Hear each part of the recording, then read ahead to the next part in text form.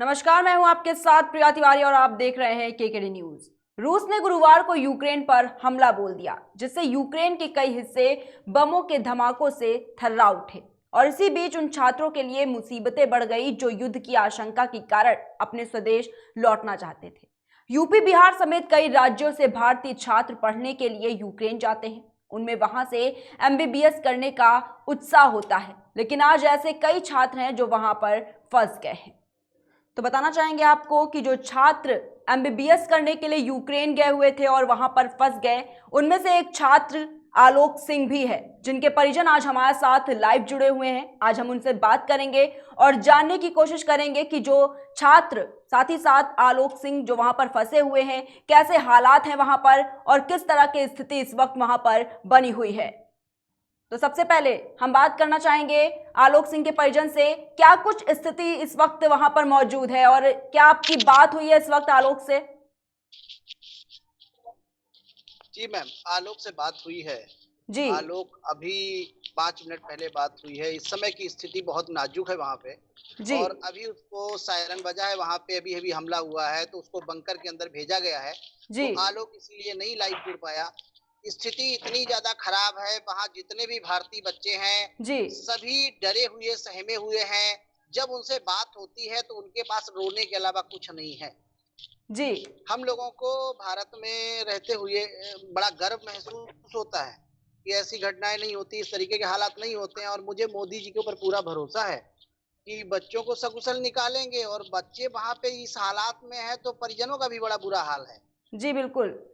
संतोष जी, जब आपकी बात हुई आलोक से, माफ कीजिएगा, जब श्याम किशोर जी आपकी बात हुई आलोक से, क्या कुछ बताया, क्या किस तरह की जो दिक्कतें हैं इस वक्त वो यूक्रेन में सामने आ रही हैं? बताया जिस तरह से आपने कि वो इस वक्त बंकर में मौजूद है। खाने पीने की लगातार हमने खबरें सुनी कि दिक्कतों का काफी ज्यादा उन्हें सामना करना पड़ रहा है। इसको लेकर क्या कुछ आपको जानकारी मिल पाई है?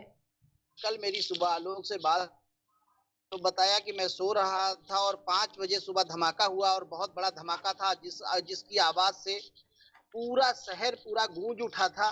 और बच्चे डर के मारे उठे।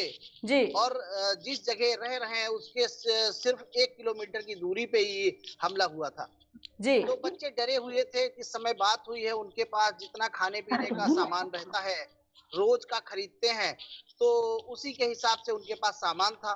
तो कल बच्चों ने कुछ सामान खरीदा है।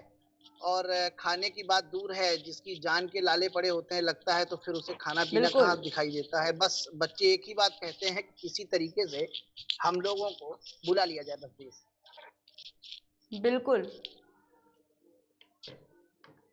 वहीं आलोक के पिता भी अब हमारे साथ जुड़े हुए हैं, संतोष सिंह। संतोष जी, आपसे जानना चाहेंगे किस वक्त आपकी बात हुई आलोक से और क्या कुछ परिस्थितियां जो हैं इस वक्त यूक्रेन से वो आप तक पहुंच पाई, क्या कुछ जानकारी मिल पाई आलोक के जरिए? जी जी जी मैम, बात हुई मेरी है। जी लेकिन आज की स्थिति बहुत दयनीय है। बच्चे सब दहशत में हैं। जी और बच्चे बस एक ही हम लोगों का अनुरोध है कि सकुशल बच्चे इंडिया वापस बुला लिया जाए। मोदी सरकार पे मुझे बड़ा गर्व है। बिल्कुल। अपनी सरकार पर बुला लेगी सकुशल।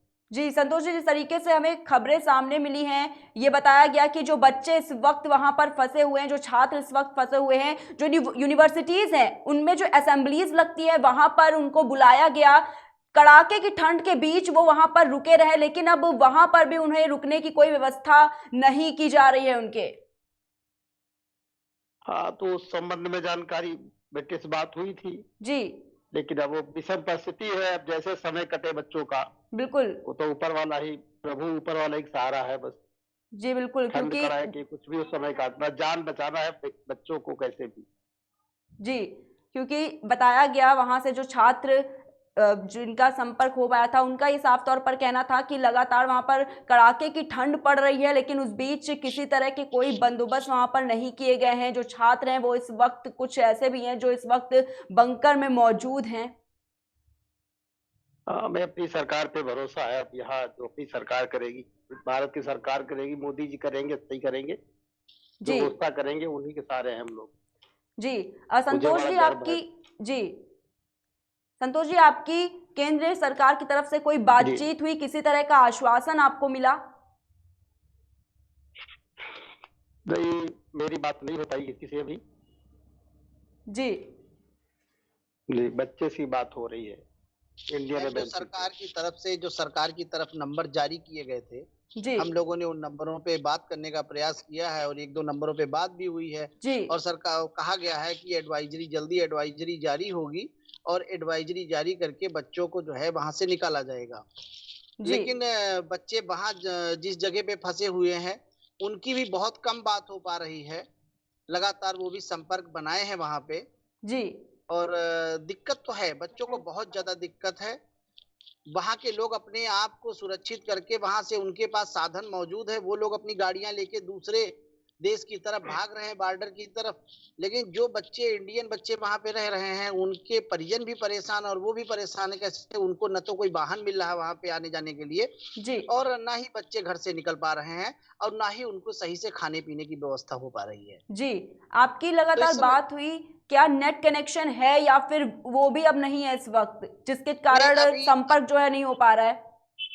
अभी तो बंकर में चला गया है, तो बंकर में है तो वहां पे नेट कनेक्शन अभी बंद हो गया है। वैसे रात में सिर्फ नेट कनेक्शन थोड़ी देर के लिए बंद हुआ था, नहीं तो नेट चल रहा है वहां पे जी और बात होती रहती है बीच बीच में। जी क्योंकि ये भी कहा गया है कि 24, 22 और 26 की तारीखों को एयर इंडिया की जो स्पेशल विमान है उनको भी चलाया जाएगा, जिसके चलते जो बच्चे इस वक्त यूक्रेन में फंसे हुए हैं उनको वापस लाया जाएगा वतन। हम लोगों का तो बस मोदी जी से यही भरोसा है, मोदी जी के ऊपर। मोदी जी हैं तो बच्चे तो सकुशल वापस जरूर देश बिल्कुल आएंगे। ये हम लोगों को मोदी जी के ऊपर भरोसा है।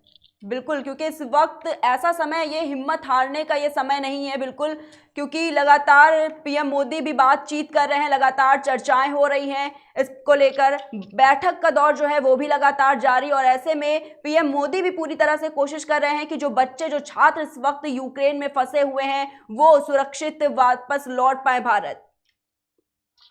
ये तो है, ये तो है, जी लगातार बात हो रही है और सरकार भी प्रयास कर रही है। और ऐसी वहां स्थिति है कि लगातार गोला बारूद हो रहा है, तो पता नहीं चल रहा है किस जगह पे कब अटैक हो जाएगा और बिल्कुल बच्चे अपने आप को किस तरीके से सुरक्षित रख पाएंगे। तो ये स्थिति है मैडम, हम लोगों की भी ये स्थिति है कि बच्चे वहां पे फंसे हुए हैं और जिस समय बात होती है, जो बहुत ही धैर्यवान बच्चे थे उनकी आंखों से आंसू बहते हैं, तो बहुत ज्यादा दुख होता है। जी बिल्कुल, लेकिन एक सवाल और है आपसे कि जो कुछ छात्र ऐसे भी हैं, उनका कहना है कि इससे जो पढ़ाई चल रही है वो भी काफ़ी ज़्यादा प्रभावित हो जाएगी, क्योंकि जो अटेंडेंस परसेंटेज मांगा जाता है वो काफ़ी ज़्यादा हाई है यूक्रेन में, और ऐसे में ऑफलाइन क्लासेस हैं इस वक्त वहाँ पर, ये बड़ी दिक्कत सामने आ रही है बच्चों के लिए। मैडम पहले तो सबसे बड़ी दिक्कत ये है कि बच्चे सुरक्षित हमारे घर बिल्कुल आ जाएं। पढ़ाई बिल्कुल के लिए एक साल खराब भी होगा तो नेक्स्ट ईयर पढ़ सकते हैं, बिल्कुल लेकिन जब बच्चे सुरक्षित रहेंगे और हम लोग सुरक्षित रहेंगे तभी आगे की पढ़ाई भी कराने से फायदा है। जब बच्चे ही सुरक्षित नहीं रहेंगे तो पढ़ाई किसके लिए कराएंगे मैडम। बिल्कुल। चलिए, बहुत बहुत शुक्रिया आपका हमारे साथ जुड़ने के लिए। हमारी यही प्रार्थना है कि जल्द से जल्द जितने भी छात्र, जितने भी लोग इस वक्त यूक्रेन में फंसे हुए हैं वो सुरक्षित वतन वापस लौटे और जल्द से जल्द सभी लोग सुरक्षित लौट भी जाएंगे। चलिए, बहुत बहुत शुक्रिया आपका मैडम हमारे हम साथ लोगों जुड़ने का के भी लिए। यही सोचना है कि जी पूरे देश में सभी परेशान हैं, सभी के माँ बाप परेशान हैं, बिल्कुल। जितने भी बच्चे हैं। जिस तरीके से हम लोग परेशान हैं, जो माँ बाप के जिनके बच्चे वहां पे हैं सभी चलिए, बहुत बहुत परेशान हैं। शुक्रिया आपका हमारे साथ जुड़ने के लिए। तो रूस ने गुरुवार को यूक्रेन पर हमला बोल दिया और जिससे यूक्रेन के कई हिस्से बमों के धमाकों से ठहर उठे हैं। फिलहाल के लिए इतना ही, फिर हम हाजिर होंगे एक नए मुद्दे के साथ। अब तक के लिए देखते रहिए केकेडी न्यूज।